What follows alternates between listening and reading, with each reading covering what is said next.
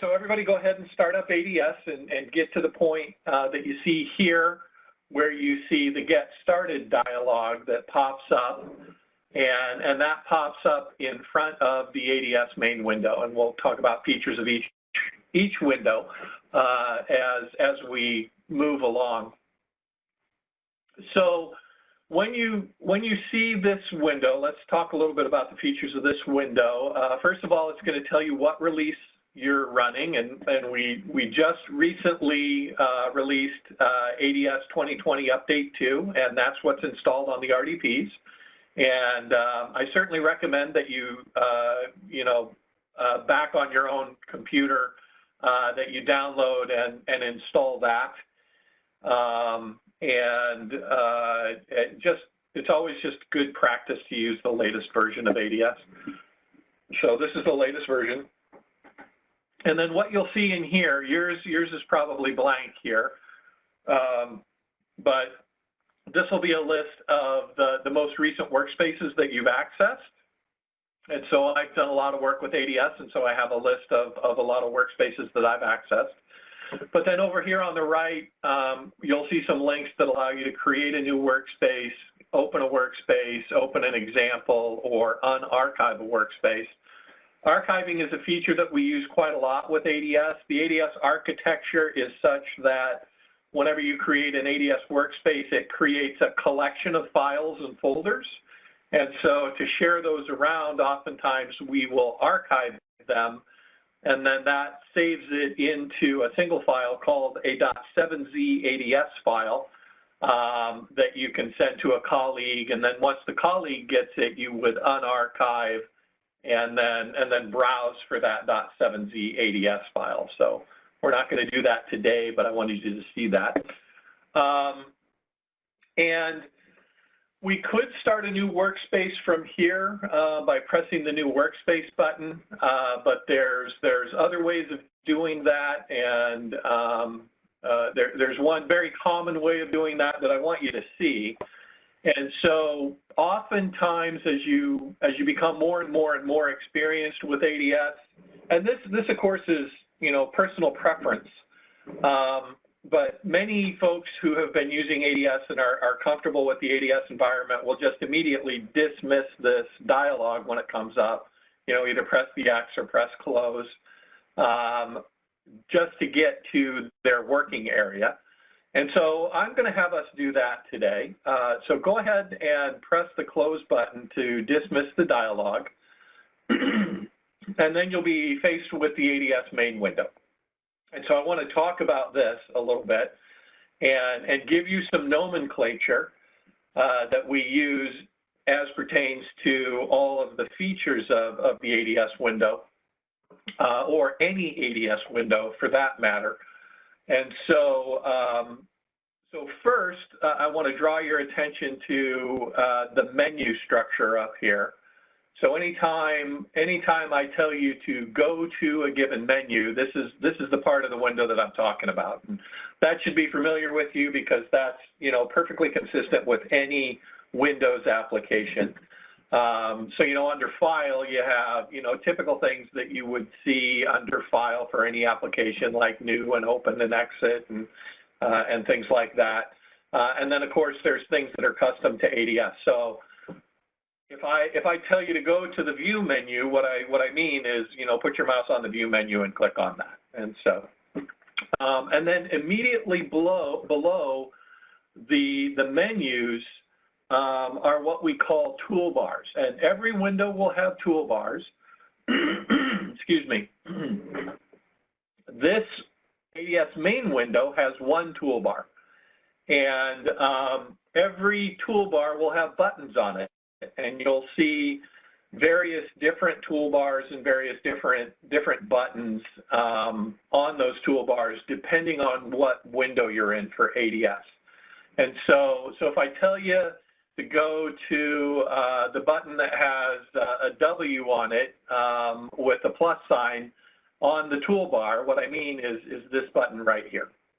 And so these icons we refer to as buttons, and the buttons are on a toolbar. So if I say go to such and such a button, I'm talking about something up here on the toolbar.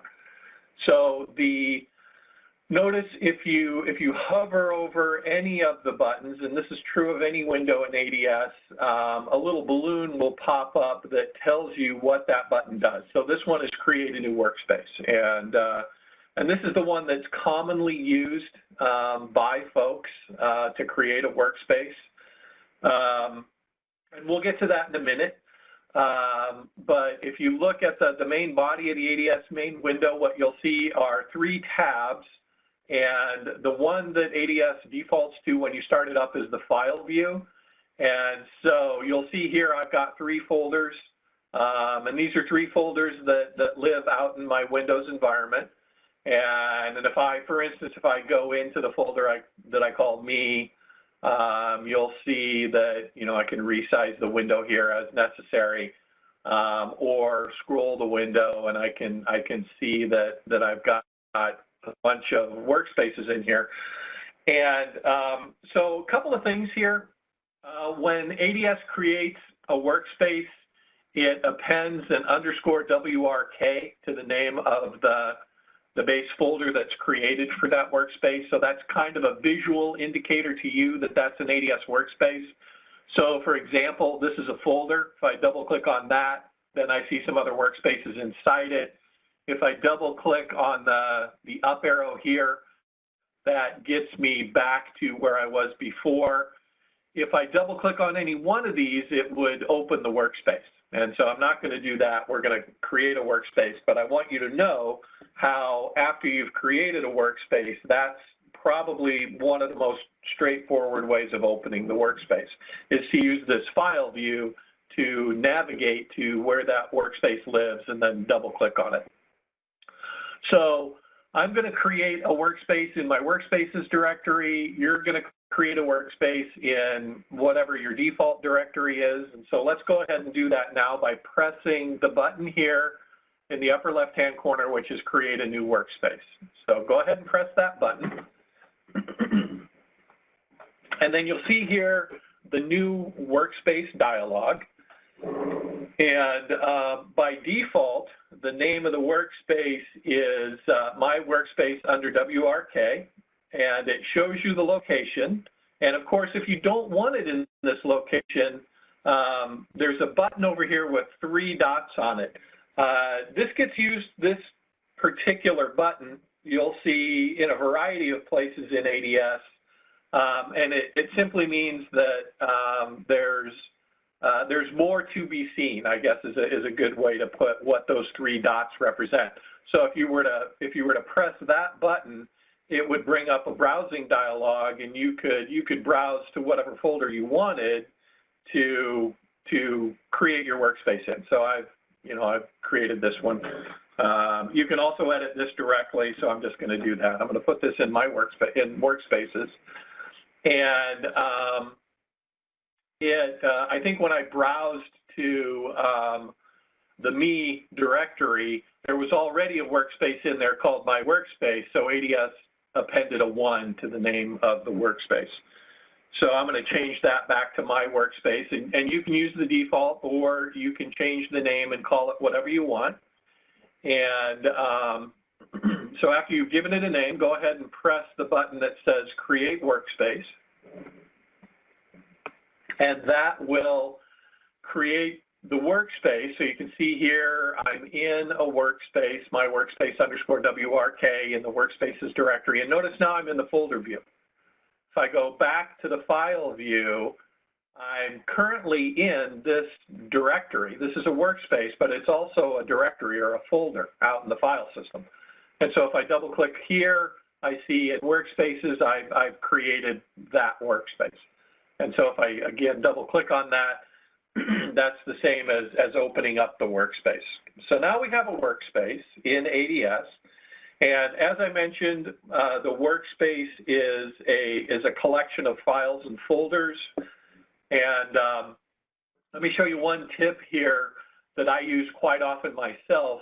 If I want to explore, if I want to find something in the file system that's in that workspace or that needs to be moved into the workspace, the quickest way to do that is to, if you put your mouse, if you hover your mouse over the name of the workspace and click your right mouse button, down here, that brings up a context-sensitive menu. And down here, there's a menu pick that says Explore in File System. So go ahead and click on that, and you'll see it'll open up a Windows Explorer. And I'm now out in the Windows operating system, and I'm looking at I'm looking inside of the folder for my workspace. And you'll see there's a number of preferences files and configuration files that get created, and some library files that get created associated with the workspace. We won't dwell on those too much today.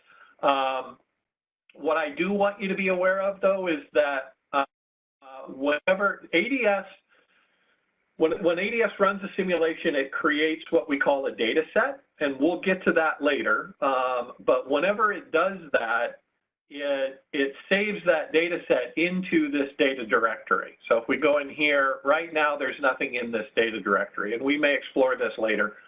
But the point that I want to make is that if you're bringing in data from a third-party tool, like a set of S parameters, for example, that you might want to use in your simulation, this is a good place to put them.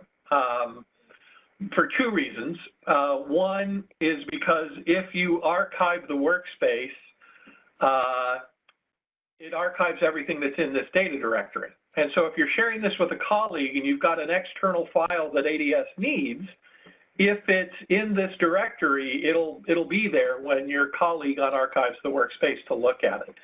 You can really, for S parameter files, they can be anywhere on your system. And you can browse to those and reference them using a fully qualified path. But if you do that and then you share the workspace with someone, then the person that you shared it with will have to edit that path to point to the correct location of the S parameters. So if you put them in this workspace, all you have to do, if you put them in this folder, all you have to do is specify the name of the S parameter file. And you don't have to have the fully qualified path. ADS knows by default to look in this directory. So this is probably the most common directory that ADS users might spend any time in. Other than that, you can let ADS worry about the housekeeping and all the files and the folders and that sort of thing. So just to review that really quickly, the way that you do that is you hover over the name of your workspace in the ADS ADS main window. You right-click on the mouse and you choose Explore in File System. Okay? So just a little tip as we move along. So the next thing that we're going to do, so how do we do a simulation in ADS? I mentioned the steps as we were getting started. I'll mention them again. You can really do it fairly quickly in ADS. You start ADS, you create a workspace. We've already done those steps. Then you create a schematic and you set up a simulation and you run it, and then you post-process the simulation results in a window that we call the data display. And we're now going to go through, excuse me, all of those steps, and I want you to do this along with me. So if you notice up here, now that we have a workspace attached to ADS, there's some buttons up here that were previously grayed out. So if you hover over this button, you'll see that will create a new schematic window. So this button would create a new layout window. So for instance, if you're interested in doing an electromagnetic simulation using our, excuse me, our EM tools, you could start directly with the layout if you wanted to. ADS has, excuse me, ADS has a number of EM tools built in. That's a little bit beyond what we're going to talk about today, but I at least want you to be aware of the fact that we have a tool called Momentum, which is a planar 3D EM solver. We also have integrated into ADS a full-blown 3D finite element method solver. We simply refer to that as FEM. And then we also have some dedicated tools. RF Pro is a new, more modern user interface that we've created for accessing FEM and method of moments. But then also some application-specific EM tools, for example, SI Pro and PI Pro for solving signal integrity and power integrity problems. So just be aware of the fact that those are in there, and we interface to those through our layout window. So again, today we're going to focus on circuit simulation. Some of the other buttons that you see up here active now are create a symbol view or open a new data display window, and we'll get to this one later. So we're going to create our first schematic. So hover over the little RC network and click on it, and that brings up a new schematic dialog, and it defaults to a name for the schematic called cell 1, and we're going to go ahead and use that name. So just press create schematic, and what it does is it places it in the workspace and it opens the schematic for you. I do want to take a minute to, this is a little bit of the architecture I was talking about. So ADS uses what's called the Open Access Database. For those of you that are familiar with Cadence Virtuoso, it's the same database that Cadence Virtuoso uses. And I point that out because the nomenclature will be the same. So what we've created is what's called a schematic view of our cell called cell 1. Okay, so what does all that mean? That's kind of fancy nomenclature, and what it means is, what's a view? A view is a representation of something, and a cell, cell is the terminology that's associated with the open access database. I prefer to think of a cell as a design. So you can think of a cell as being analogous to a design. And we have the schematic open. Let's go ahead and close it, and I'll show you how you get access to it again. Next to cell 1, there's a little greater than sign. If you click on that, that will expand cell 1 to show you what's inside of it. And right now, the only thing that's inside of it is a schematic view or a schematic representation of our design called cell 1. To open that schematic, if it's closed, you simply come over here into the ADS main window, double click on schematic, and that opens up the window for you. Okay? So here now, everybody should be looking at the schematic window. And we're going to go ahead and create a schematic. And what I'm going to use, sometimes I used lumped components to create this. But I think what I'm going to use, again, because it's germane to both RF design and high-speed digital design, I'm going to use what we call transmission line models. So transmission line models would be analogous to traces on a PC board or some other structure. But since that's so common in both realms, we're gonna use that as the basis for our example. So again, I want to revisit the features of the window. So we've got menus up across the top, and we've got buttons on toolbars, and you'll see here, as opposed to the ADS main window, we have several different. We have a couple of different toolbars, and we have several different collections of buttons on those toolbars. And if you notice any collection of buttons like this one here, there's this little vertical bar next to it, and if you hover your mouse over it, you see you can move that around. And so you can move that to wherever you want on the toolbars. You can even drag it down to the lower toolbar down here and put it there. I'm going to keep it up here just because I'm used to the default orientation of where the buttons are. but all of this is customizable to you. Fundamentally, everything that's done in ADS is done using a menu pick, but we use a lot of shortcuts to make our lives easier. So all of these buttons are a shortcut to something that's fundamentally a menu pick. Like this one, for example, is move and disconnect, and that's found under Edit, Move, Move and Disconnect. And so you see the little icon that's associated with that. You'll notice that some of these also have hotkeys associated with them. And so Control-Shift-M would move a wire endpoint, for example. And so I'll try and point out useful hotkeys as we move through the system as well. But what I want to point out, again, fundamentally, everything's done with a menu pick, but we try and put the important ones here under buttons, and so it makes your life easier. This is also completely customizable by you. And I won't go into too much detail, but I'll point you to where you can do that customization.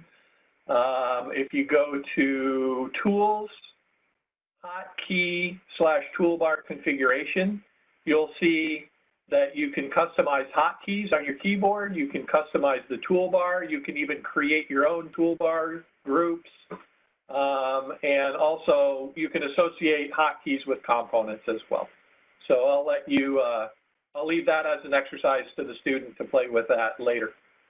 But again, that's under Tools, Hotkey/Toolbar Configuration.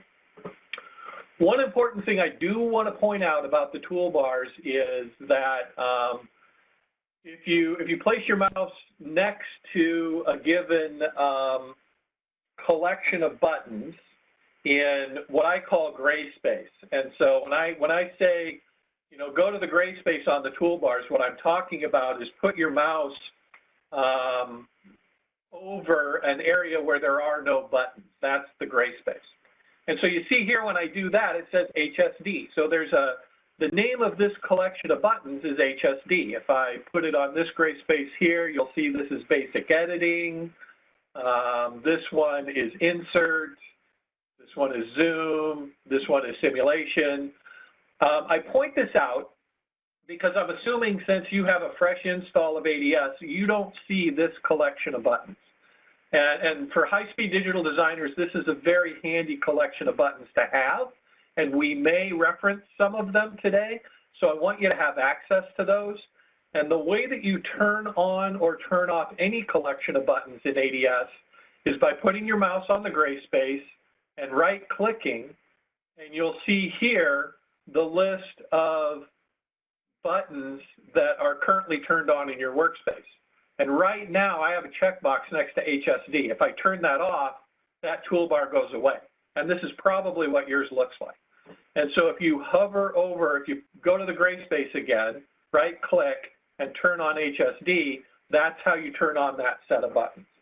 And so if you ever see a screenshot, for example, if somebody sends you a screenshot and you wondered, how come I don't see those buttons? Well, that's why. And that's how you turn them on and off here in ADS, is again to hover over the gray space, right-click, and choose the collection of buttons that you want to have shown. There's a few other things here that are turned on, like, for instance, properties. That turns on a properties dialog that you see over here. And that'll show you properties of various different parts as you select them on the schematic. That's one that we use quite a lot. And I'll leave it to that for now. So, all right, so let's talk about other features of the window. So I think we're very familiar now with menus and toolbars and buttons. Over here on the left-hand side is what we call palettes. And so we always find our parts on the palettes, and we click a given button on a given palette, and that's what we use to insert a part. And the way that you navigate the palettes is if you see above the palettes, I'm not sure what yours is pointing to right now, probably lumped components, I'm going to guess. but you'll see a little caret next to whatever palette name you're currently displaying. Go ahead and press on that, and you'll see that pops up a dialog that allows you to choose the palette that you want. And there's a couple of interesting features of this dialog, or this yeah, we'll call it a dialog. But first and foremost, there's this area called favorite palettes. And notice in parentheses here, it says edit favorites. And then there's those three little dots again that we talked about before. Anytime you see the three little dots, that means there's more to it than what you see. And so if you click on that, go ahead and do that. And you'll see that you get a list of all of the palettes, and you can turn on and off your favorites. And so you see here under my favorites, this is the selection of favorites that I currently have. And that's because these are the, there's a lot of palettes here, right? These are the palettes that I access most commonly. And so I've customized it so that it's easy to find the ones that I want. And then immediately below that, there's a section here called recently used palettes. This is kind of like a bubble sort, I guess, if you've ever done a bubble sort in a programming class, where the most common menus or the most common palettes that you work with will bubble up into this list of palettes. And then immediately below that, you'll see all palettes. So beginning here at all palettes is where you get access to absolutely everything, okay? And this is organized a little in a little bit a fashion where we've tried to group together things that logically go together. And so we start with lumped components, but then we have a whole section of sources. And so there's frequency domain sources, time domain sources, modulated sources. Depending on what you're doing, you would choose a source from those palettes. And then below that is simulation. So here you see the complete list of the types of simulations that are available in ADS. So DC, AC, S parameters, harmonic balance, transient, channel simulation, DDR and memory designer, electrothermal, things like that. So these are all the simulations that are available. It's not just S parameters and channel simulation. There's a lot more that you have access to. And then below that, there's a couple of important ones. There's optimization, statistics, and DOE. So this is how you set up optimizations or do statistical analysis. There's data items, which is where you would access, say, a black box to reference a set of external S parameters. And then there's a section of transmission lines. And we're going to dwell on that. But just if we keep going, you'll see that there's also device models. So BJTs, MOSFETs, diodes, et cetera. These are all fully nonlinear models, just like you would find in any SPICE simulator. And they work in our time domain and frequency domain simulation. All of our models work in the time domain as well as the frequency domain. And then below that, there's some system level things. So let's scroll back up to the section with transmission lines, and you'll see that there's a whole bunch of them. The most common ones that we use are, I would say, multi-layer library, and then there's a new one that we call line type, which is used in conjunction with a tool that we call the controlled impedance line designer. I may demo that later if we have time, but what we're going to do is we're going to use a very simple transmission line model for microstrip. So go ahead and click where it says T-Lines microstrip, and that will configure your palette with all of the various different microstrip models. And so you'll see M-Lin, that's a microstrip transmission line. You'll see M-Step, that would be a model that models the discontinuity and the parasitics associated with a step in width in the transmission line. There's taper models, there's a T model, there's VIA models, and so on and so forth. There's coupled line models. All of these assume that what you're modeling is microstrip. If you need something more sophisticated than that, then you would switch over to our multi-layer library components. But for the time being, we're just going to use this palette, and I want to start having you place components. And so to place a component, you put your mouse over the component that you want. So I want you to scroll down until you find this part or this component called an M-lid. That's a microstrip transmission line. And I want you to click, and notice it tells you what it is. Again, there's balloon help that pops up that tells you what that is. And anytime you see that little I in the circle and the message that says press F1 for more help, that'll open up the manual page that's associated with that part. But hold off on that. If you've already done it, go ahead and close it. But we'll come to that in a moment about how to access help and how to get help inside of ADS.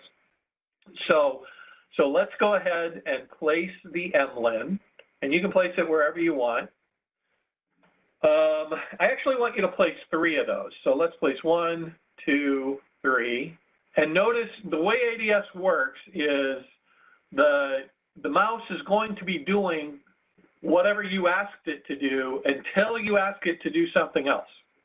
And in fact, if you look in the lower left-hand corner in the window, it's going to tell you what the mouse is doing. So we're in a library, which is ADS transmission lines, MLIN, and we've got a hold of a symbol, and we're going to enter the component location. That's what your left mouse button is going to do. To get out of that mode, you've got a couple of options. You can choose a different component. So if I choose this spiral inductor, for example, now I'm inserting a spiral inductor. The other ways to get out of it are to, up here on the toolbar, if you hover over that, you'll see that's end command. So if you press that, that'll end the command for you. What I use most often is the escape key on the keyboard. So if you hit the escape key, you don't see that shadow outline of the component anymore, and it tells you your mouse mode now is select. And it says click and drag to select. So what that means is if I click and drag, I select that component. I can also simply click on a component to select it as well. And if I want to select multiple components, I click and drag around all of those components. Now, zooming in, and let's talk about zooming in and out on the schematic. So we always recommend that you use ADS with a mouse. Don't try to do it with a trackpad. I think you'll just get frustrated. But use a mouse, and in particular, try to use a mouse with a scroll wheel, because what you'll find is that the scroll wheel will zoom you in and out on wherever your mouse location is in the window. And the right mouse button will pan around. So let's say you zoomed into here and then you wanted to center that component. That's how you would do it. So you use your mouse wheel to zoom in, and then you right click to pan on to whatever component you want to pan in on. So that's a little bit about navigation within ADS. I want to show you another little trick that's sometimes useful. It's kind of slick. Let's talk about the components and the features of the components. So every component has a name. So all of these are called MLIN. So these are all instances. We call each one of these an instance. So these are all instances of an MLIN model. And they all have a unique instance name. So TL1, TL2, TL3. If you edit any one of those, you can call this TL_in, for example. You can call that whatever you want. You can also change any component into any other component by changing its name. That's editable. So if I change this to an R, that changes that to a resistor. And so this is sometimes handy when you're doing things like lumped filter design. You can place down a bunch of inductors and then change half of them to capacitors, for example. What I want you to do here is I want you to edit this and change this to an MTEE, all caps. And what that does is it changes it into a T model. But what it also does is it creates an area where the descriptors and the text associated with the component are overlapping the symbol. And there's also a pin down here, so I would have to wire through this. So to move that text, simply click on the component. And when you click on a component, you'll see two additional features pop up. One of them is this little rotator, which allows me to rotate the component if I want to. But the other one that I want is this little handle right here, that blue diamond, allows me to grab the text and move it up to there. So let's do that. So this is what I want your schematic to look like right now. And then I want you to go back over to the palette and find a component called an MLOC. And let's click on that and then bring it into the schematic. Now, before you place it, I want you to observe something here. All of our components, whenever we insert them into ADS, they come in with a horizontal orientation. Any sources that we bring in by default come in with a vertical orientation. So if we want to change that, the easiest way to do that is there's a button up here, which is rotate. And so if I click on that button, that rotates my component by 90 degrees. And that rotation angle is something that's customizable by you, but most people just use the default in schematic entry of 90 degrees. And so you'll see if I continue to press that button, it'll continue to rotate it in 90-degree increments. So go ahead and place that on your schematic and then hit the escape key. And now we have the basis of what we want to simulate. But before we get to simulation, we need to connect all of our parts together. And so that's done with a wire. So you notice all of the parts have pins, and the pins are all red. That red is an indication to you that nothing is connected to that pin. And so if you go up to your toolbar and you find a button called Insert Wire, and you click on that, you get a crosshair, which you place on a pin and do a single click with the left mouse button, and then drag to the next pin and do a single click with the left mouse button, and that attaches those two pins together with the wire. And so let's do the same thing here. And then when you're done, hit the escape key, because I want you to see that if you take a component and you drag it to another component so that the pins are overlapping, and then you move it away, that'll insert a wire for you as well. So these transmission line models have physical meaning. They have a length and a width. The wires have no physical meaning. They simply logically connect together these two components. All right? Okay. So a couple of things about editing components. Any parameter that you see on the schematic is editable.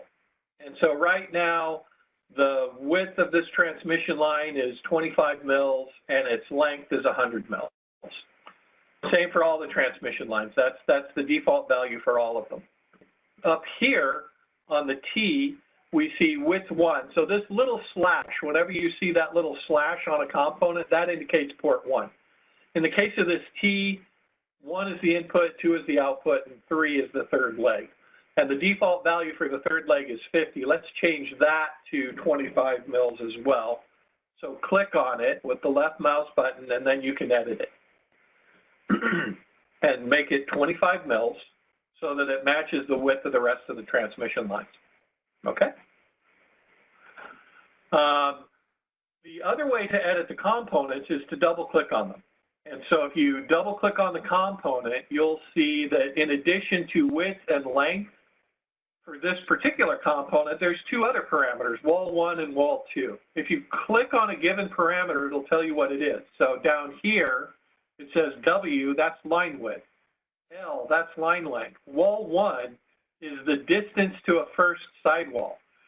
And so what that means is we could if this was inside of a package and next to a sidewall, we could model the effects of that proximity by specifying some distance to that sidewall. So for now, we're just going to leave it to the default, which is 1 times 10 to the 30th mils, which is, I don't even know what that translates to in miles, but that's a significantly large number is what that is, so that there is no effect from that sidewall, basically. But I wanted you to see that on all components, there are very likely other parameters that you can edit that might not be seen on the schematic. If you want to place them on the schematic, there's a little checkbox here. So if you check that and press apply, you see it now appears on the schematic. And now I could click on that just like I could any other parameter and edit that on the schematic. But let's go back to the editing dialog by double-clicking on the component. And we'll turn that off. We don't need it. But the other thing that I want you to see here is that anytime you edit a component, there's a help button here. And go ahead and press this help button. And what that does is takes you to the documentation, specifically to the documentation page for that component.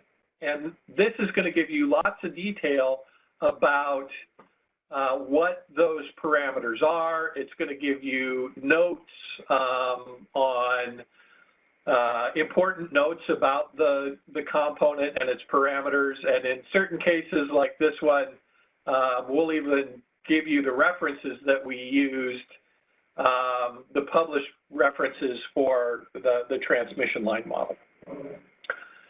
So I want you to see that. So if you ever have questions about any component or any parameter on the component, one more time, double click on the component and press the help button. It brings you to the manual page for that component. Okay? All right. So this is what we want to simulate. And I said we're going to do an S parameter simulation.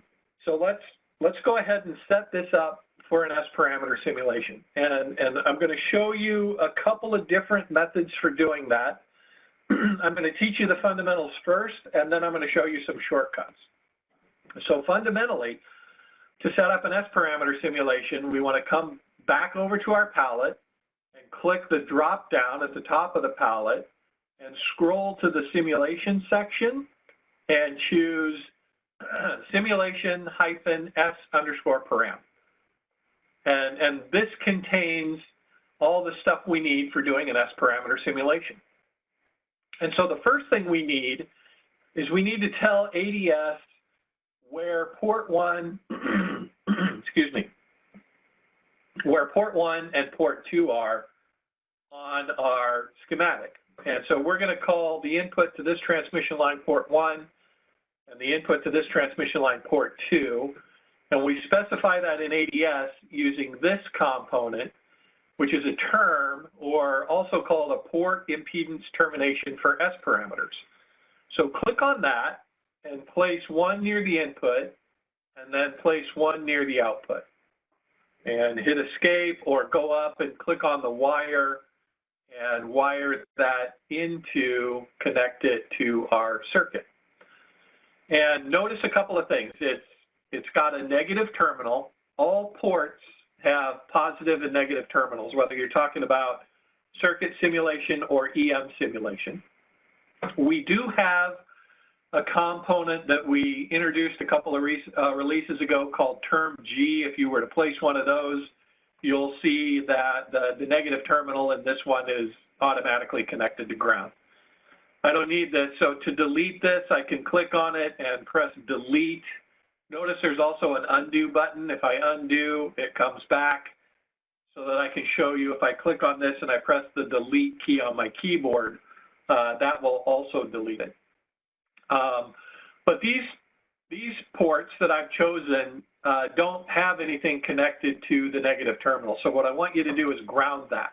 So there's a ground symbol up here in the toolbar. Click on that and click on the pin associated with the port.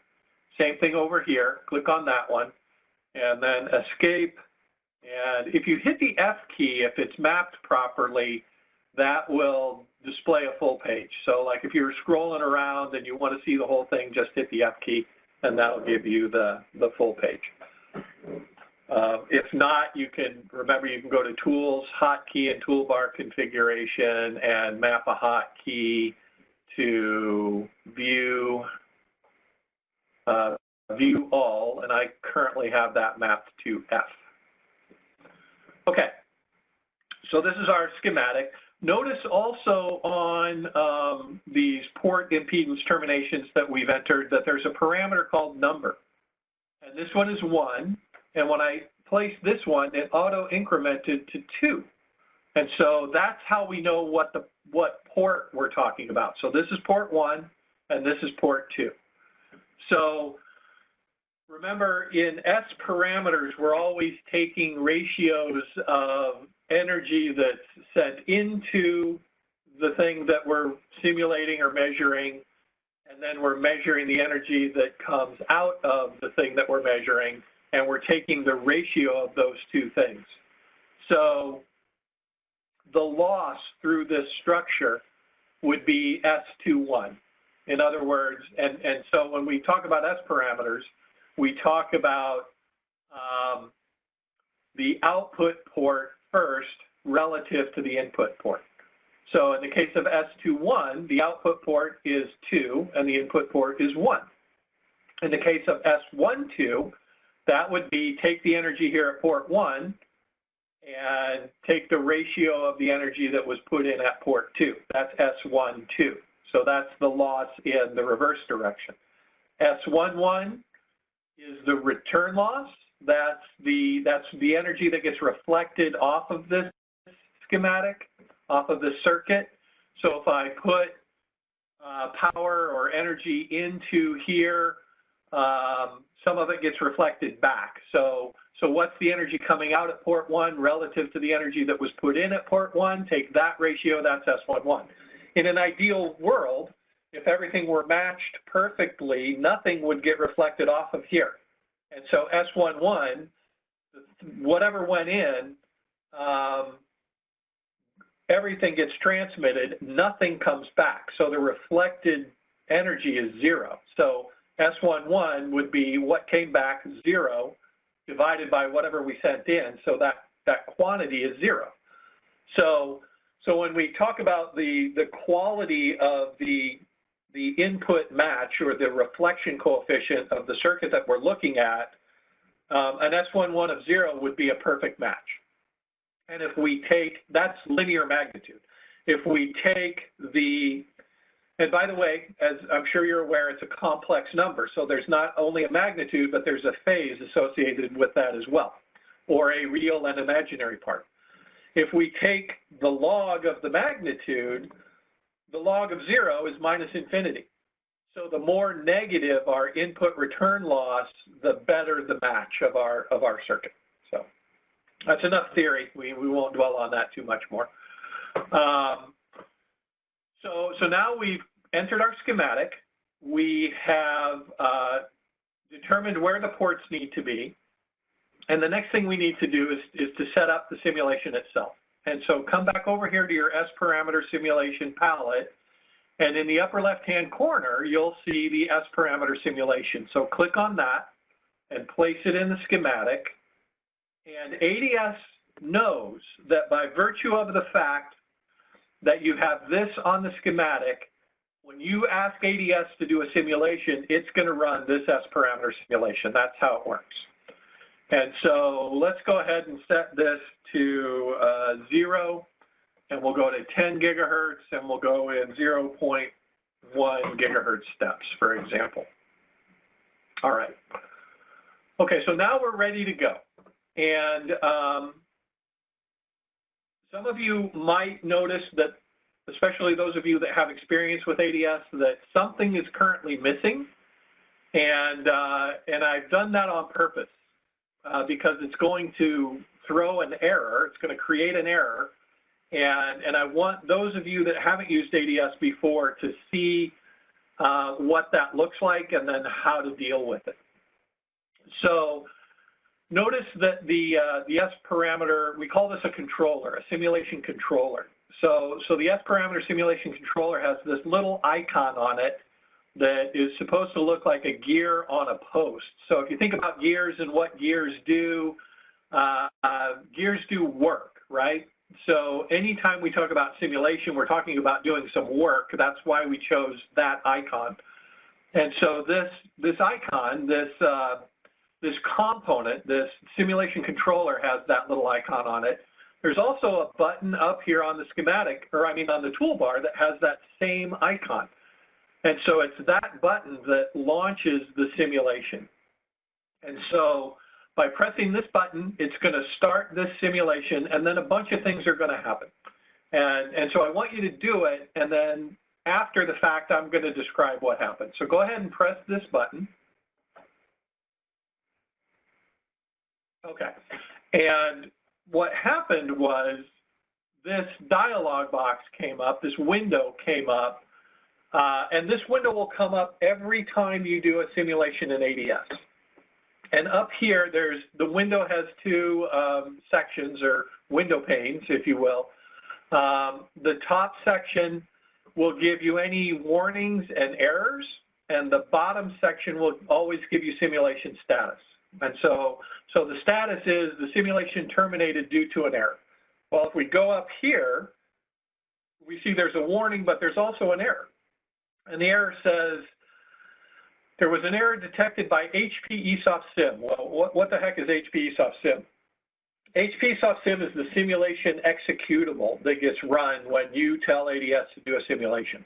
So an error was detected by that simulation executable during netlist flattening. And so what that means is that we do schematic entry, but ultimately we're going to be passing a netlist to the simulation engine. And netlist flattening is the process by which we take this schematic and we turn it into a netlist. And during that process, ADS is telling us that there's a component called TL_in, and it expected a substrate model for a parameter called SUBST.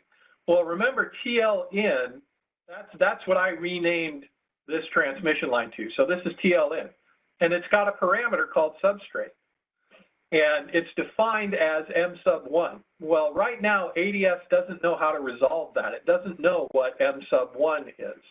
And so let's fix that problem. So go ahead and close the status window.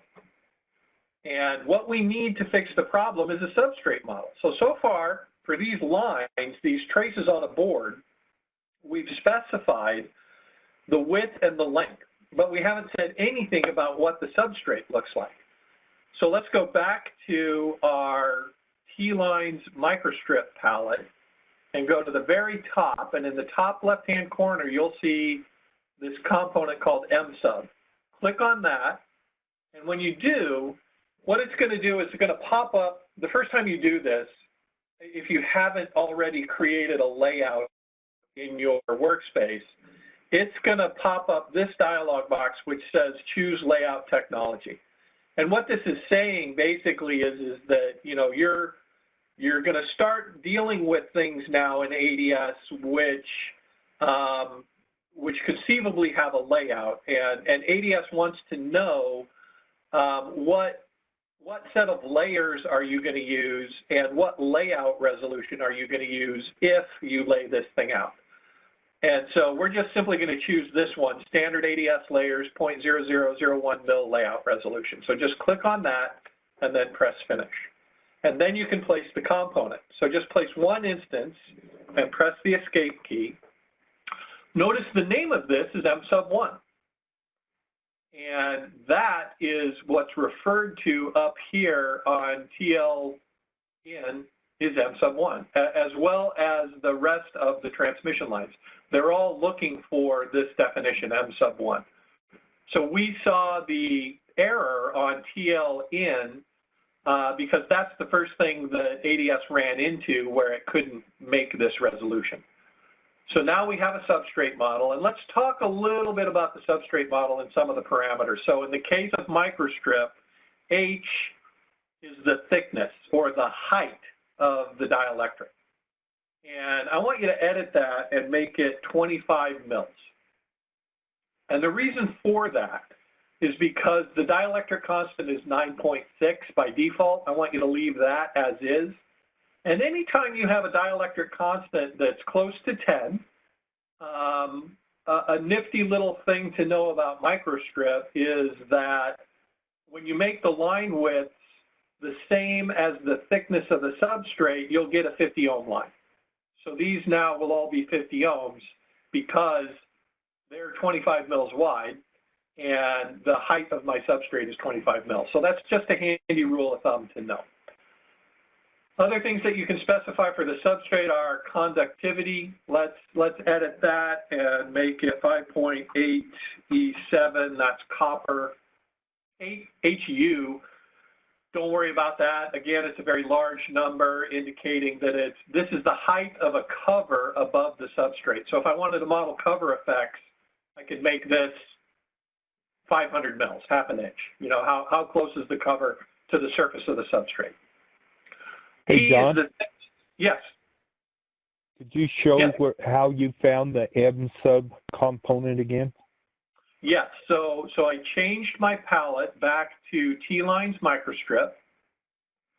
And then up in the you may have to scroll up because we were previously looking at MLIN, but if you scroll up to the very top, there you'll find the EEsof component. And so just click and place that on the schematic. And by the way, I want to say something about this momentarily here, but let's finish editing this. Let's make the thickness 1 mil, and let's make the loss tangent 0.01. That's unitless. So this is the dielectric loss, and the thickness and the conductivity represent the metal loss for that structure. The one other minor point I want to make about this is I can place as many of these as I want. And so I can actually create a schematic where different transmission lines point to different substrate models. So if I was transitioning from, this is 9.6, that's typical of what's found in alumina, which is a ceramic material that's used often in aerospace and defense applications.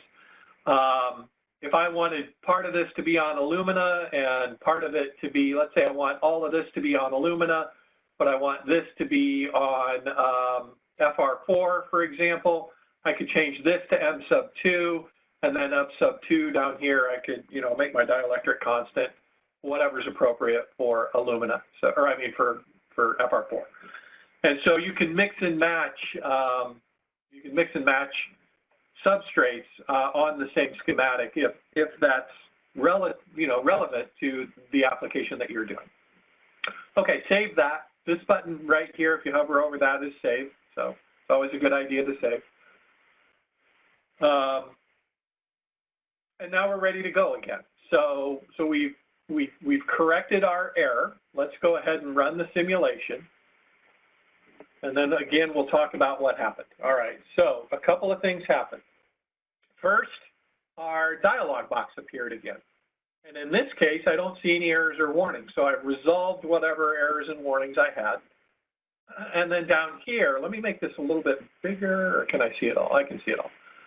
So down here, it's telling us that it ran this S parameter simulation called SP1. It took 0.89 seconds to do it. And it created a data set called cell 1, and it wrote it into the workspace's data directory, okay?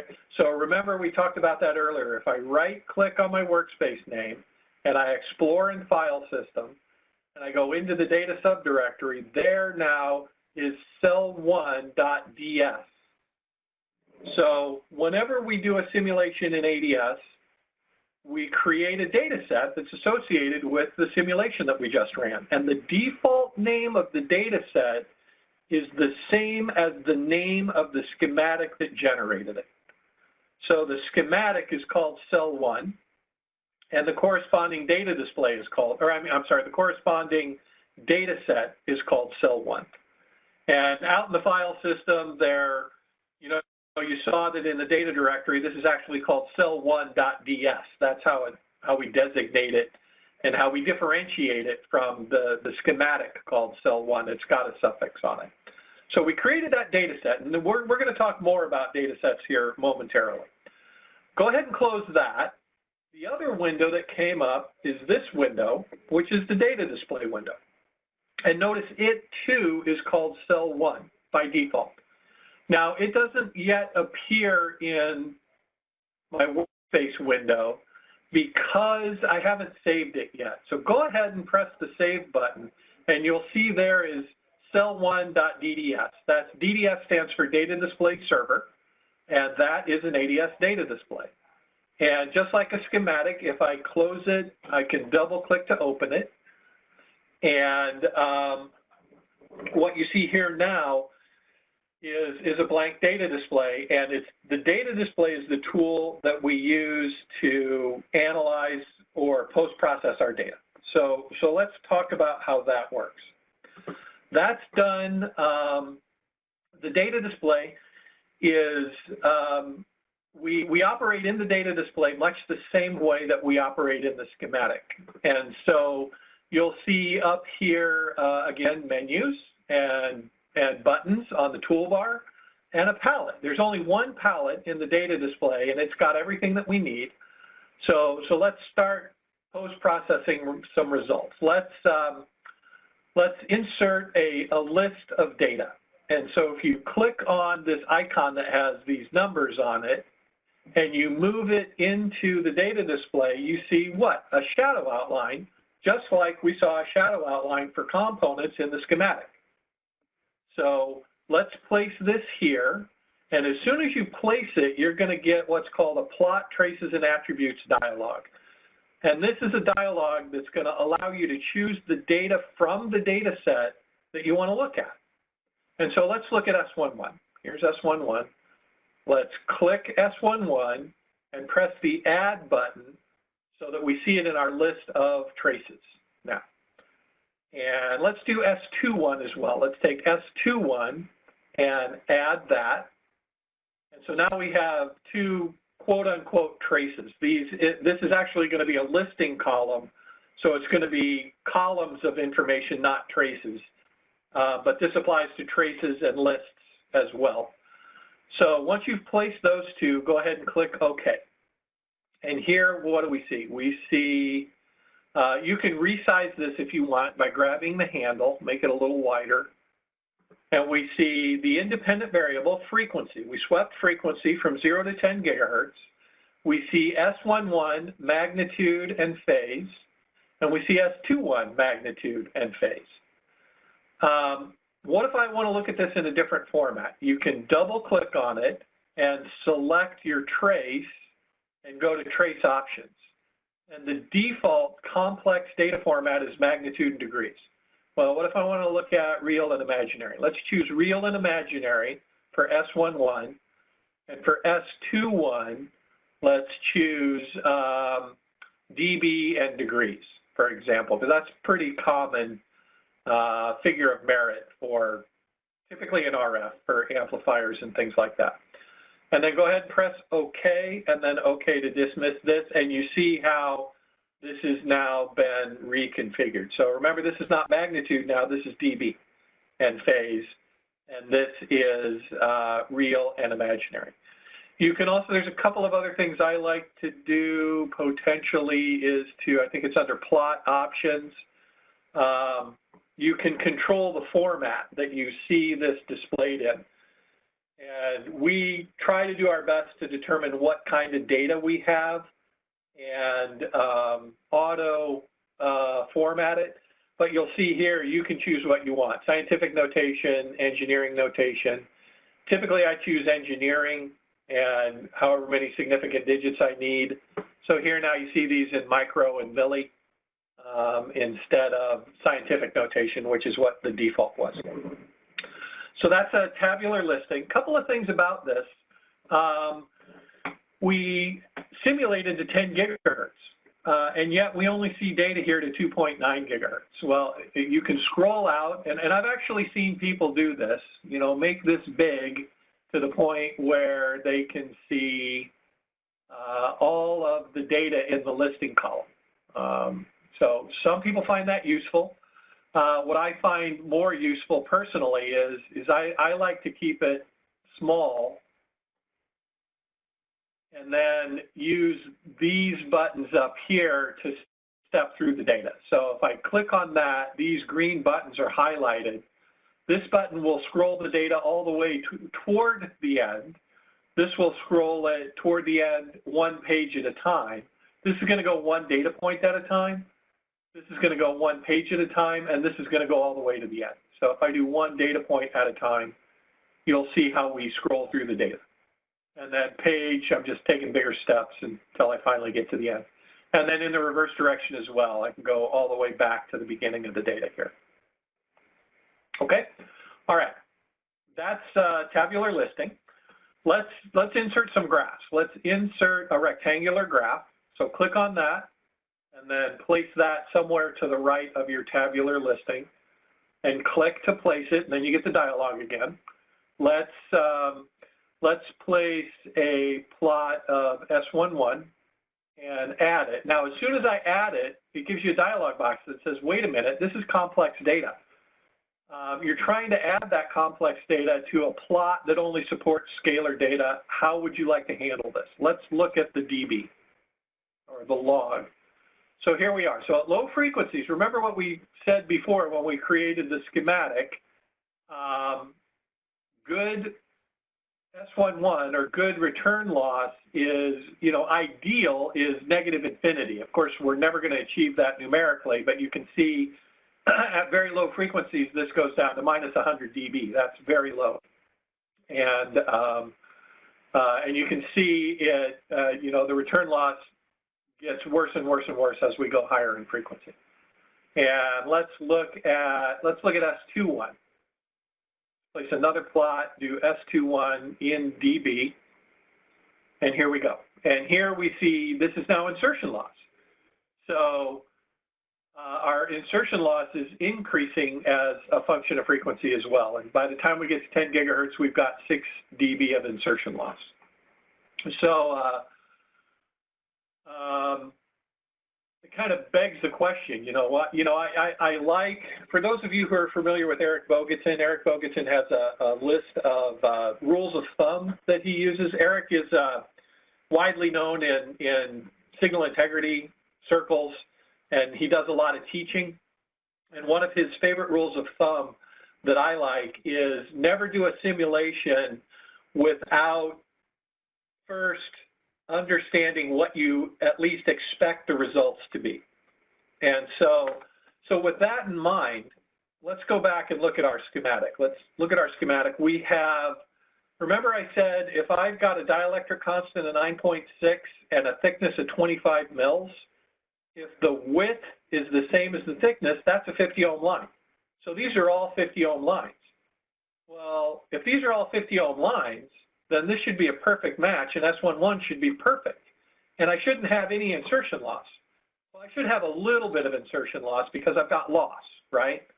So I've got conductivity in the metal, I've got a loss tangent, so I've got loss in the dielectric, but it should be nowhere near 6 dB.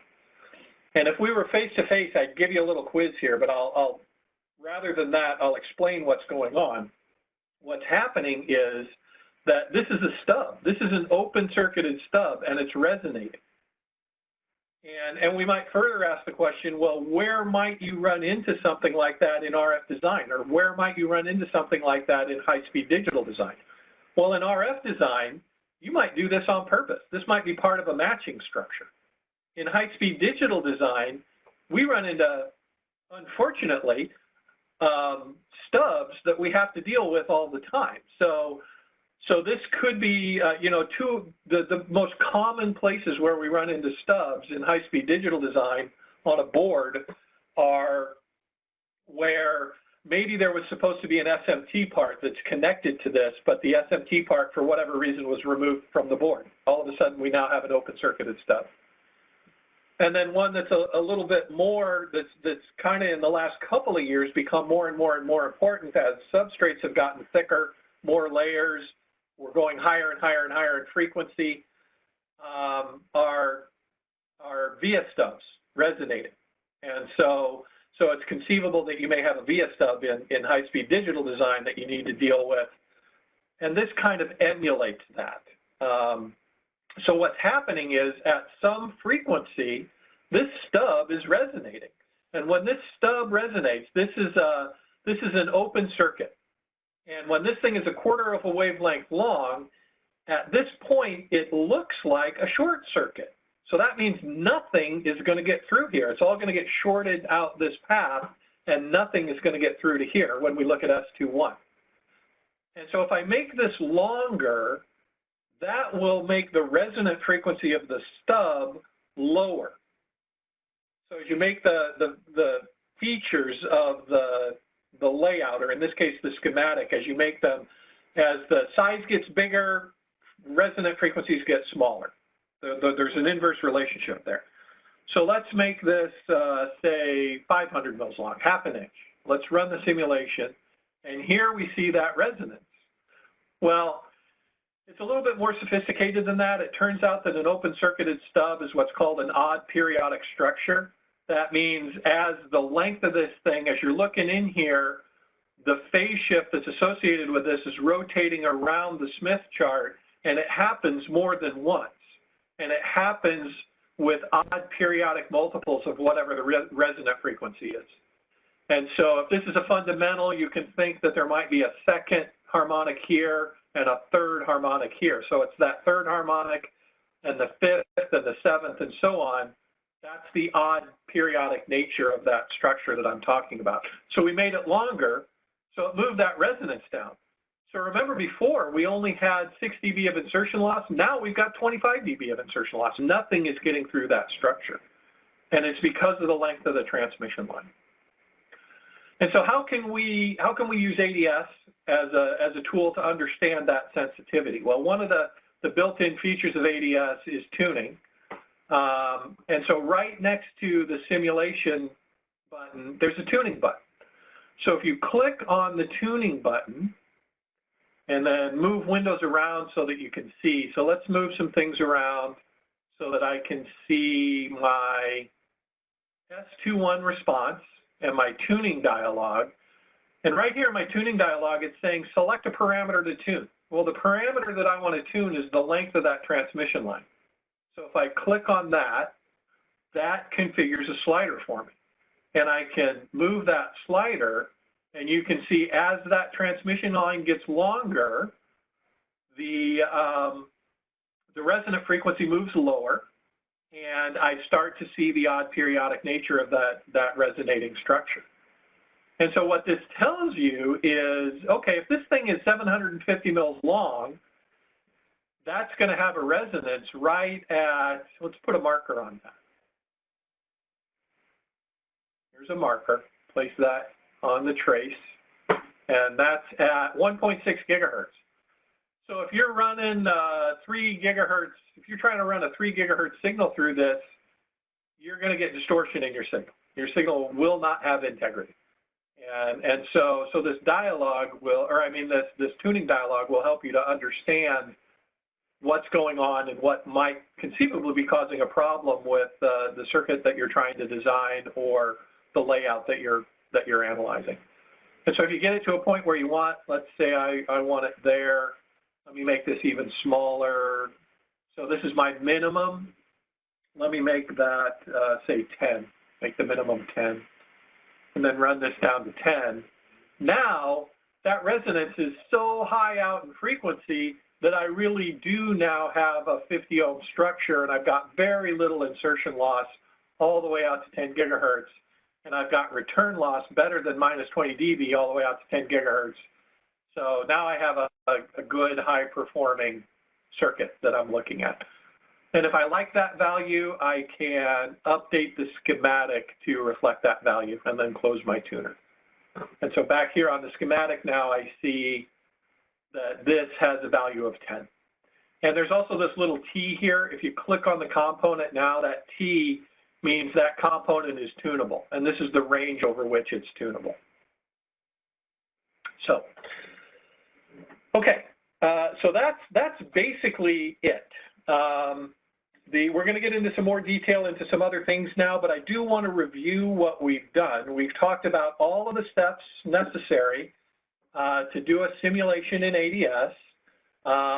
First things first, you create a workspace, then you create a schematic, and you insert your parts on your schematic, and then you set up the stimulus and response and the simulation controller to do your simulation. When you run the simulation, it produces a data set, and it also produces a data display, and we can look at tabular data as well as graphical data. Let's look at a couple of other things here in the data display. One is a Smith chart. Let's look at the Smith chart equivalent of S11.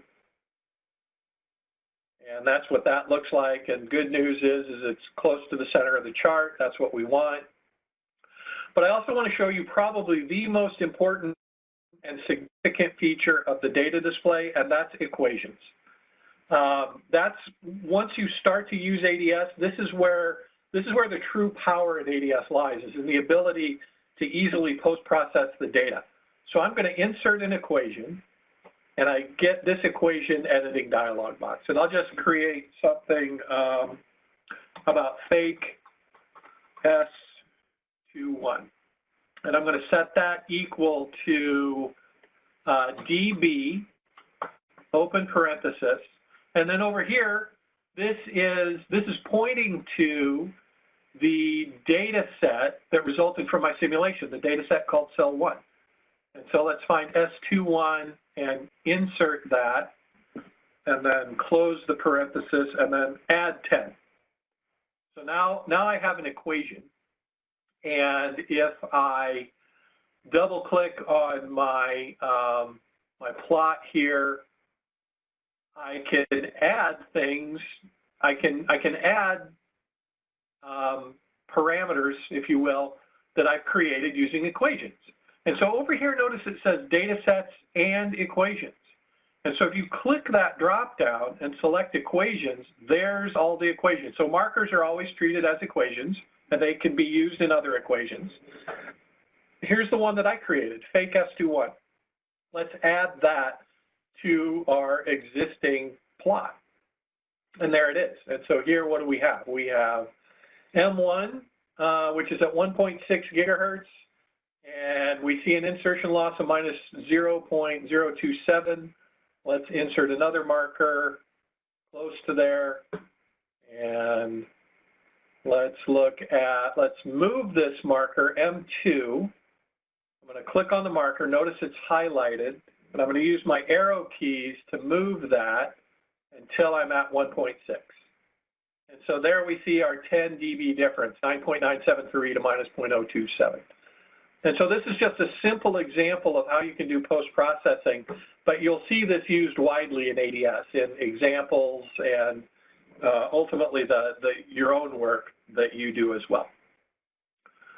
And so that's the basics. Armed with this information and what you've seen so far, you've got the basics to do almost anything that you need to do in ADS. You know, no matter what type of simulation that you do, you're going to be using the data display. You're going to be setting up simulations. You're going to be managing data sets. And I'm going to move into managing data sets here in a minute. But before I do that, I want to take a pause and see if there's any questions that anybody has about anything that we've covered so far. So Lynn, I don't know if you have any in the chat, or if anybody wants to unmute and ask a question. This would be a good time to take a break and ask some questions. So feel free. And I'll pause here for a minute. Okay, I have a question for schematic. Sure. Yeah, when you not a first-time user, I'm still picking things I didn't see before. But when you get the error, and like in this case, it was T-line in, you got a very small schematic I could fit. You point out the easiest way. I've had schematics where I've got many, and tell me which one has the error, and I have no idea where it is. Is there an easy way to find like TL3? yes, you could do a select by name. And actually, these are by default, it's giving us component name.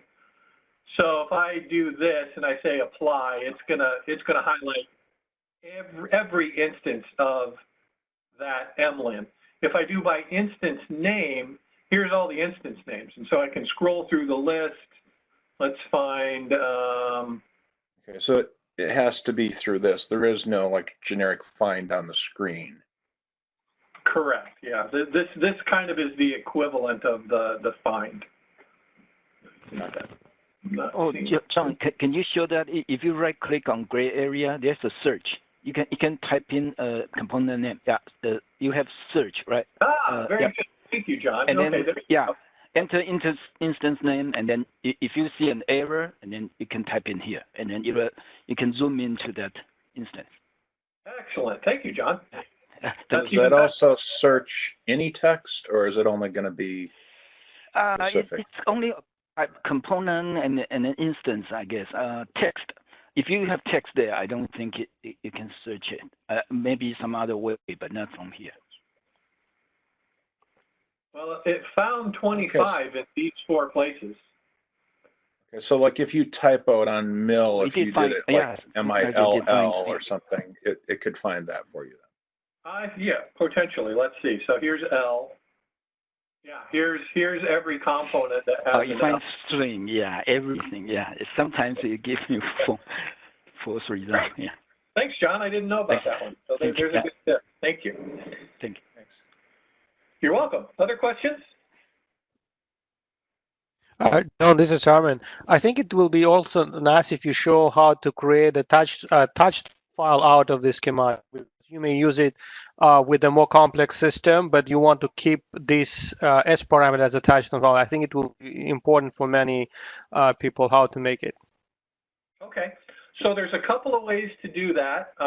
One of them is with a measurement equation. So if you go to simulation S parameters, and then you insert a measurement equation. Let me find a generic measurement equation here. Here it is, measurement equation. And then you say measure 1 equals right underscore SNP. And then I don't remember the syntax of write SNP. I think we can find it maybe from the data display. But write SNP is a built-in function in ADS that will take the results of this simulation and automatically write it out to a file in your file system every time you run the simulation. That's one way to do it. The other way to do it, and the way that I do it most often, is from the data display. It's easy to access what we call a data file tool. And so if you looks like, thank you, John. John just put the syntax for write SNP in the help in the chat. So if you click on this, you can write data from a file set, from a data set, and this gives you a list of all your data sets. So right now we only have this one, cell 1, and I've got a 2-port here. So let me call this John.S2P. And the format that I want is touchstone. That's the touchstone file format. And I want it in S parameters. And then you have some other choices about format and units. But go ahead, and after you fill this out, you say write to file. And it says it wrote to a file in the data directory. So remember I said ADS handles everything in the data directory. So this one is in the data directory, and it's called john.s2p. So let's go ahead and explore in the file system under data. There is john.s2p, and I'll just edit that with Notepad++. And this is, I'm sure many of you are familiar with the touchstone file format, so you can see we've written out that file in the touchstone file format. So a couple of different ways to do it. Other questions? John, could you also go back to your schematic and do a search for a component called SP out? So let's see. search. Oh, okay. So Lynn raises a good point, which is in addition to accessing components from the palette, let me show you a couple of other ways to get components, and I'll use Lynn's question here to do that. One is the library. So if you open up the library, this is a sort of a text equivalent to what you see in the palette. So for example, if I go to, let's see, what do we have here? This one is actually SP output. There's a component. SP output, okay. Yeah. So you could search for that by name, but I think it's a little bit easier if you come over here. There's a search field here for components. So John, it's SP output. Underscore yeah. output? Or no underscore, one word, yeah. And when you search here, it's actually case insensitive. So you just. Okay. Didn't realize it was sensitive. Yeah. Okay. So here we found, I love this search feature because it's not always easy to remember what palette a component is on. So if I wanted to insert a resistor, here's everything with R in it, and resistor is the first thing that pops up. It's easy to do that without having to change my palette. So we search for SP output. So this is another way to do it. Thanks, John. I forgot about this. But here's another one. This is easier, I think, than write SNP, because here you just specify a name, John 2.s2p in touchstone file format with magnitude and angle. So let's say OK. Now let's run the simulation. And now when we go look in our data subdirectory, we see John 2.s2p, which was produced and when I did the simulation. So now if I make changes, that'll get updated automatically every time I run the simulation. That's a better way, I think. I like that. Thank you, John. So you have to specify in this case, S2P. It doesn't automatically generate the extension? That's correct. Yeah, that's correct. Other questions?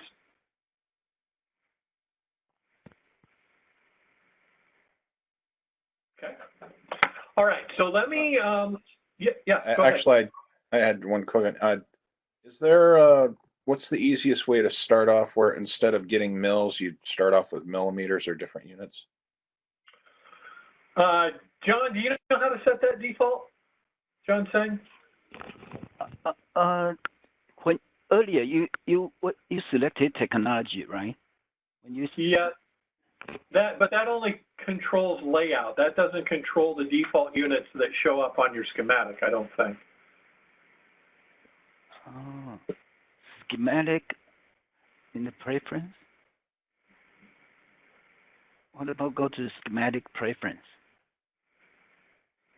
Where in schematic window, under schematic window, yeah. And then options, preferences. Units and scale, there you go. So you set your length to millimeters. And now I think moving forward in here, let's look for an MLin. There's an MLin, I placed that. Yeah, so now that's in millimeters. So let's do that again. That's in the schematic window itself. Go to Options, Preferences, and then under the Units and Scale tab, you can set your units to whatever you want. I'm going to set mine back to mils. Okay? John, did you already mention about double units? No, I'm going to talk about that going forward. So hold that thought, Lynn. Any other questions?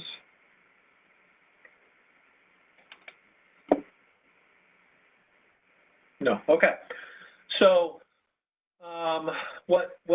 so we can get as sophisticated as we want here, but what Lynn is talking about, there's a couple of important things to understand about ADS. First of all, ADS uses MKS units, or the International System of Units. So the default unit for length, for example, in the International System of Units is meters. And so if I edit this and I get rid of that mil designation, this now suddenly is a 100-meter long transmission line.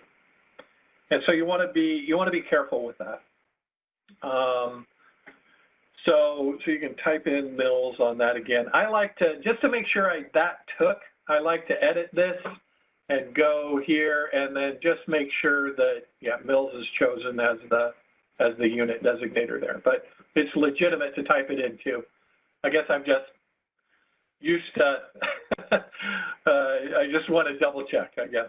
But what Lynn's talking about in terms of double units is that any one of these components, let me illustrate with a capacitor. I think that's easiest to understand. This is a 1 picofarad capacitor. This is a 1 farad capacitor. Let's make it picofarads again. I'll undo. Anywhere you can enter a parameter, you can enter a variable. And so I could create a variable here, and I'll create a variable called my cap, and I'll leave it equal to 1, and I'll come up here and I'll type in my cap. And this now is my cap picofarads. What Lynn is getting at is that what you don't want to do is this, because you're doubling up on the units. And so you've got, my cap is 1 picofarads, but then you're applying pico again. So that's a 1 times 10 to the minus 24th farad capacitor.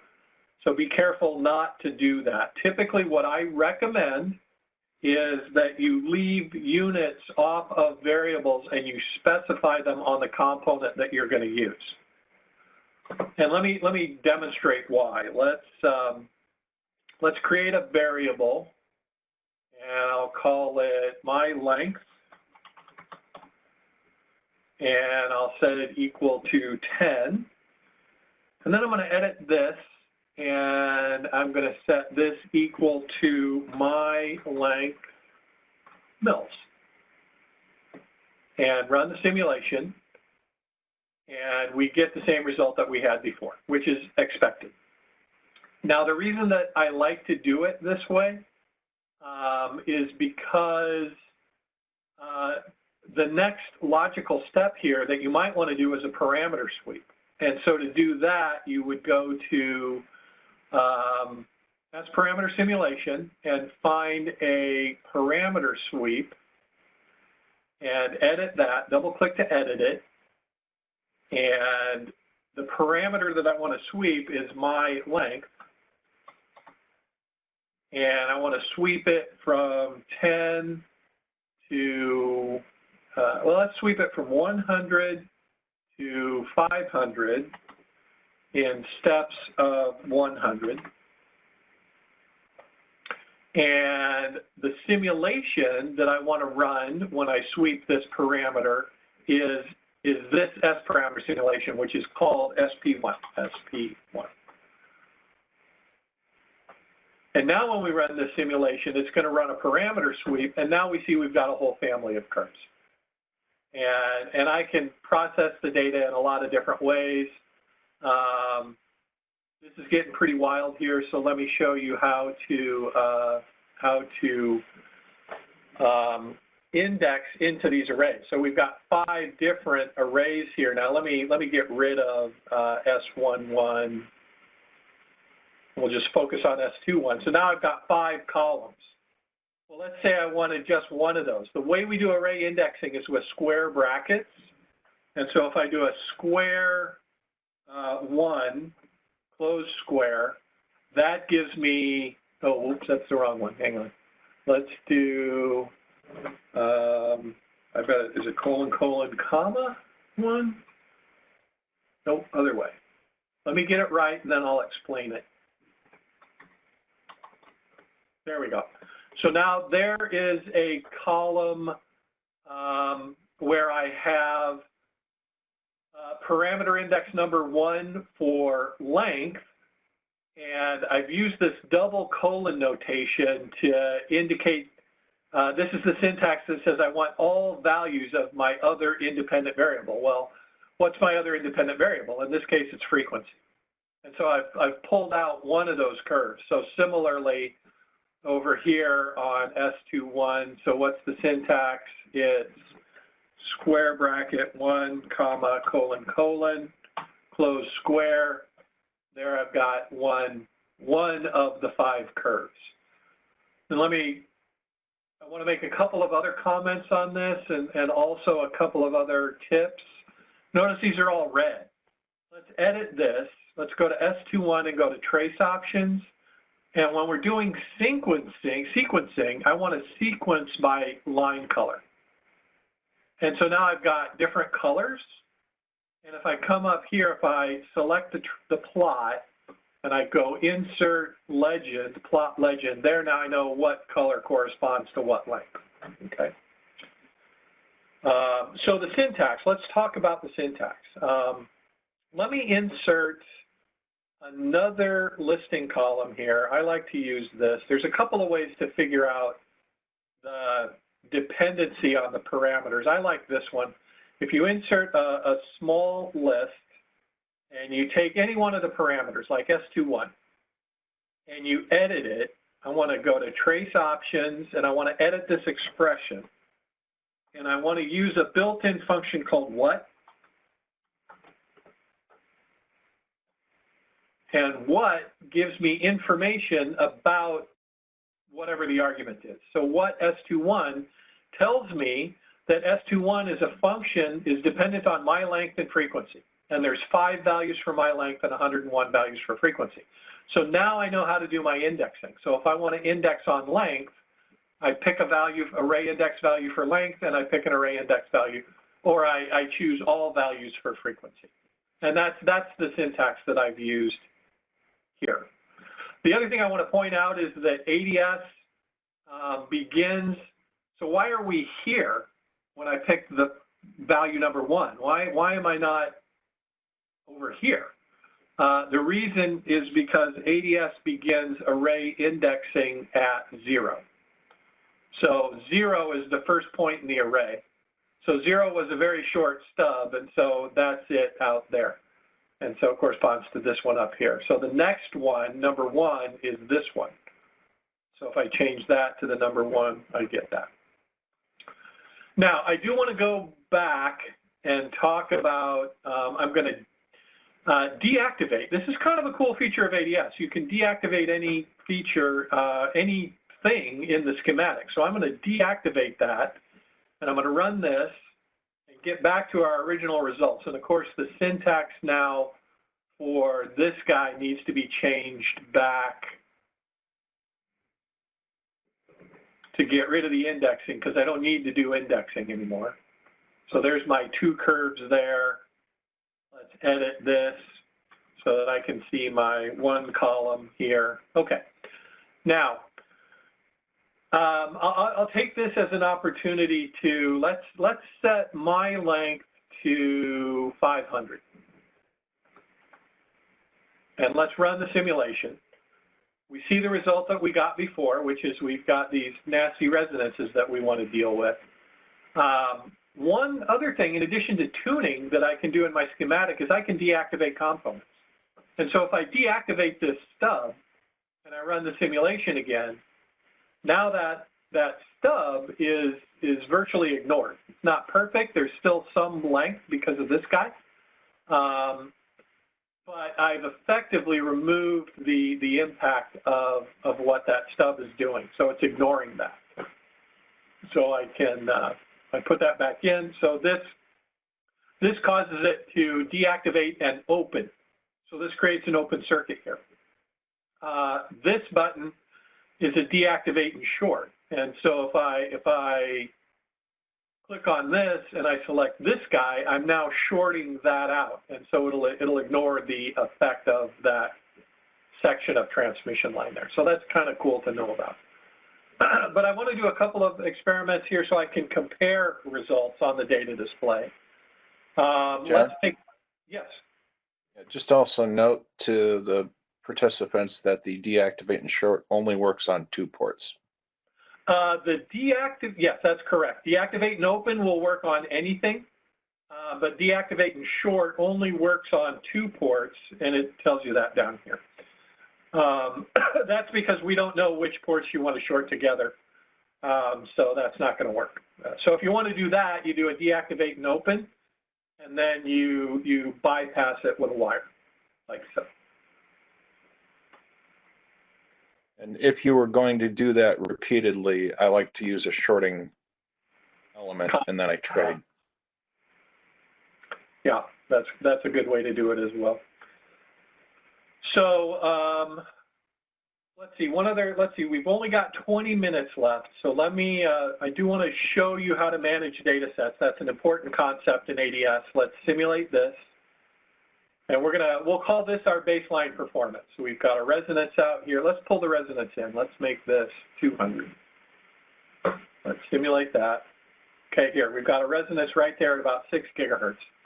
All right, now what I want, and notice what's happening here. Every time I make a change and I simulate, I overwrite my data set. What happens, how do I get around that? How do I create a new data set without overwriting the old data set? The way that you do that, all right, so let's change this one, let's change this to 300. The way that you do it is you come up here, remember I said everything fundamentally is done with a menu pick in ADS. So this runs a simulation, but notice there's also a menu called simulate. So here again is simulate, that's the same as the button over here. It's also the same as the F7 key on your keyboard. But if you go to simulation settings, this is what controls the name of the data set. So use cell name. So that's why a data set called cell 1 got created. Well, if I don't want to use that, I uncheck this, and let's create a new data set called cell 1 underscore 300, corresponding to my length of 300.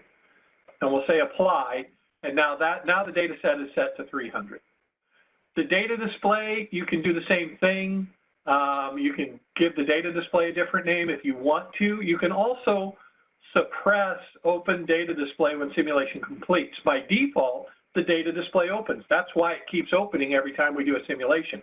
If you don't want it to open, you can uncheck that checkbox. But let's go to, let's run our simulation now. We've changed our data set name. Again, that's under simulation settings. And I've changed my length to 300. Let's simulate it. Okay, the first thing that happens is we get this message. It says the default data set for this display does not match the data set produced by the simulation. Would you like to change the default data set from cell 1 to cell 1 underscore 300? Yes. So there now is the result for 300. But how do I switch back and forth? Well, that's controlled up here. So up here is a drop-down box which will give you access to every data set that's in your workspace. And so if I choose cell 1, there's the S parameters for cell 1. If I choose cell 1 300, there's the S parameters for cell 1 300. What if I want to do a comparison? Let me move this to here, and I'll insert, let me make this cell 1, and I'm going to insert S21 in dB on that plot. All right, what if I want to insert the plot from cell 1 300? So the way I do that is I double click here, and again over here we've already seen that this gives me access to data sets and equations, right? We already used equations, but here now it shows me cell 1 300. So let's grab S21 from that data set and plot that in dB, and now I see the comparison of the two. And let me take a minute to talk about some syntax here. Notice that this one simply says S21. It doesn't say anything about the data set. This one says the data set name, followed by 2 dots, followed by the parameter in the data set that I want to plot. And so this name is explicitly saying, I don't care what you specify up here, I want S21 to come from this data set, always. Whereas this is always going to look to the data set name that's named up here for a parameter called S21. And so if I click the drop down and I choose this, now they're identical and they're right on top of one another. And so they're both now pointing to cell 1 300. If I go back to cell 1, the red one points to cell 1, but the blue one continues and will always point to cell 1300 because of the syntax that I've specified there. Okay? So that's how you manage data sets. That's one of the ways. That's the fundamental way of managing data sets. So there's a couple of other things I want to go over really quickly in our last 15 minutes. The first one is the idea of templates. And then I want to spend a little bit of time talking about channel simulation. So templates, you can, let's talk about copying cells first. So let me save everything here, and then I want to copy cell 1, and I'm going to simply right-click on it and choose Copy Cell. And that brings up the copy dialog, and you can experiment with this. We're going to use the defaults, which is to copy this into the library that it's currently in. Right now it's giving me a warning that says this name exists, so it needs to be overwritten. There's some auto naming rules that you can do. So if I do this, it'll automatically call this V1. Typically I say none, and then I name it whatever I want. So I'll just call this cell 2, and I copy it. And here now we have an identical schematic, and I'm gonna clean some things up here. I want to be able to do simply an S parameter simulation. And so I didn't want to, I'm going to delete all of this. And so this is fundamentally what we need to do a simulation, right? An S parameter simulation, this is all we need for a 2-port. So I can save this as a template and use it anywhere else in any workspace, not just the one I'm in. And so to do that, I go File, Save Design as Template. And I'm going to name it, I think if I call it 1 underscore, I don't think I have to have underscores. I don't want to call it SP because I already have one called that. How about 1BS par? All right, so that's successfully saved. So now how do I use it? Let's create another schematic. I could have actually done it in this one. Let's do it in this one. Let's just do a Control-A and delete everything that's on this schematic. So now I have a template, and I can go Insert Template. And you'll see the S parameter templates, and here is 1B SPAR. So you'll see templates categorized as user templates and ADS templates. So before you save any of your own templates, if you look at ADS templates, they're alphabetical. Here's one for S parameters. And so here's an S parameter template that's very similar to the one that I did, but it's also referencing a data display template, which we'll talk about momentarily. But again, let's do Control-A, delete everything, and again, let's go Insert Template, and let's go to My User Template, SPAR, and there it is. That's what I just created. Now I can put something in there and run a simulation and insert a plot, S21, there's the frequency response of that capacitor. So if there are certain types of simulations that you do that you find that you're doing all the time, then my recommendation is to create a template, and it makes your life much, much easier. And you can do the same thing with, let me delete this again. Let me clean this up. I'm going to use this to create a template. You can do the same thing with data displays. And so let's say I want this to be my template. So I can do File, Save as Template. And this dialog is a little bit different, but you get the same result. So I'm going to call this 1B SPAR. And it's going to go in my user library, and I'll just say OK to that. And so again, same thing, delete this, insert template, user 1B SPAR, and there it is. But the other thing I want to show you, which is kind of cool, is you can also over here, let's put our cat back in here for a minute. Let's make sure this works, and then we'll save it as a template. There's a part, let's see. think it's found under simulation, display template. Click on that. And the display template name I want is 1B SPAR. And I'm going to add that to my list here. Oh, how come?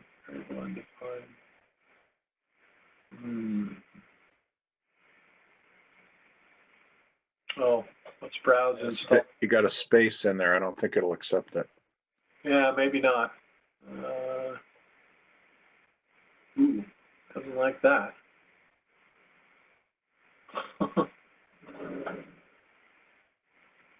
Well, let's restart ADS. So I'll use one of the ones that I've already got created to demonstrate the concept. So here I've restarted ADS, and here now in my list of recent workspaces is my workspace.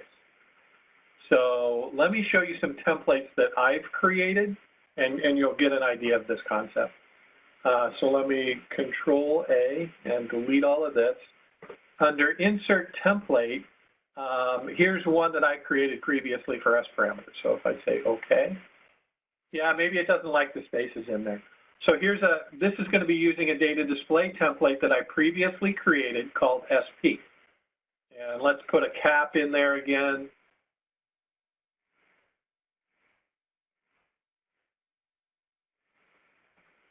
And simulate this. And what this will do is when the data display opens, it automatically loads in the template that I created called SP. And so again, same idea here. You make the data display look like you want it to look, and then you save it as a template. And then you can either access it from here using Insert Template, or you can preload it over here using a display template component in the data display. And so I'm going to save that, and I'm going to show you some other templates that I've created because I want you to be aware in particular of channel simulation. So I'm going to create a new schematic, and I'm going to insert a template that I called Channel Sim. And this has everything necessary to do a channel simulation. So my channel is a simple coupled line model. And this actually comes not from the microstrip library, but from our multi-layer library. So that's down here under transmission lines, multi-layer. And the substrates are all here. And then the parallel coupled transmission lines are here. So I've got parallel transmission lines. And I've got, if we go to, where did all of this stuff come from? It came from Simulation Channel Sim. Here's the controller, which I have placed here. There's a TX and TX diff. Let's see, diff TX is here. That's that component. Diff RX is this component. So I've got my transmitter, my receiver. So this is a SerDes simulation. It's a differential pair, doing differential signaling. And I'm going to do, for my channel simulation, I can do a statistical analysis or a bit by bit or COM these days we've added. So I'm going to do 1,000 bits. And then I've got an iProbe over here, which also comes from the channel sim palette. And the iProbe allows me to probe anywhere in my circuit. Here I'm probing at the output of the receiver. And I'm going to be looking at density, which is the I diagram, the waveform, bit error rate contours, and the height and the width at a specified bit error rate value. And so if I run this simulation now, it preloads the data set. And here now I see the waveform and the I diagram, and the contour is in here. If I edit this and make it a little bit thicker, it's easier to see superimposed against the I. But then here it is over here. And then these numbers correspond to the width and the length of that, the width and the height of that bit error rate contour. So We're running a little bit low on time. I would have liked to have spent a little bit more time going over channel simulation in a little bit more detail, but I wanted you to at least be aware of where it is in ADS and what's required to do it. So fundamentally, it's found, everything you need is found under the channel sim palette. And this could actually be replaced by a set of S parameters. Since we've talked about handling S parameter files here, we could do that here. In fact, let's do that real quick. I'm going to cheat. I'm going to delete this guy, and I'm going to insert an SNP, and I'm going to use this SNP to browse to my data directory. And here is John S2P. I don't even remember what that was for. What did we generate that for? That was for our stub, right? So let's grab John S2P and apply, and it will auto-configure this as a 2-port. And by the way, there's a really cool feature in here, which is check or view S parameters. If you click on that, this shows you the S parameters. So this is what's inside that file. So if I grab S21, yeah, it's up to 10 gigahertz. It's a nice low loss structure. So we'll say OK. So that shows you how to use S parameter data files. That's it for me. Thanks for hanging in there with us. No, thank you very much, John. Good job. Thank you. Thank you. And everybody, thanks again for your time, and we'll close out this WebEx section. Thank you. It was excellent information. Thank you very much. Thank you. Bye-bye. You're welcome.